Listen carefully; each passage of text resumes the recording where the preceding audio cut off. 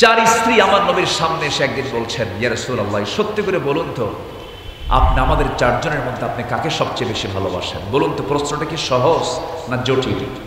শুধু জটিল না, বড় জটিল, বড় জটিল। এই প্রশ্ন যখন করেছে, আমার নবীজি বললেন, এই প্রশ্নের জবাব আমি আজকে দেব না, আগামীকালকে দেব, যাও। পাঠায় দিলেন।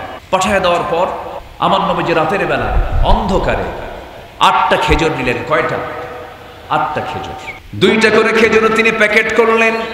আম্মা জান আয়েশা সিদ্দিকা রাদিয়াল্লাহু আনহা ঘরের মধ্যে ঢুকলেন, 2টা খেজুর হাতের মধ্যে দিয়ে বলছেন, আয়েশা, আমি তোমাকে দারুণ মোহাব্বত করি, দারুণ ভালোবাসি, আমি তোমাকে এই লুকায়ে 2টা খেজুর দিয়ে গেলাম। এই 2টা খেজুর যে আমি তোমাকে দিয়েছি, এই তথ্য যেন আমার বাকি স্ত্রীদের কানে না আসে। দ্বিতীয় স্ত্রীর ঘরে গিয়ে কি কাজ করলেন? তৃতীয় স্ত্রীর ঘরে গিয়ে 2টা খেজুর দিয়ে কি কথা বললেন? চতুর্থ স্ত্রীর ঘরে গিয়ে কি কথা বললেন? আবার তিনি ফেরত চলে এলেন।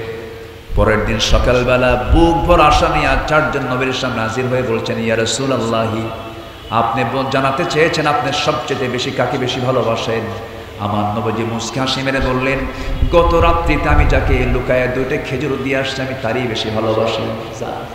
সুবহানাল্লাহ বলুন।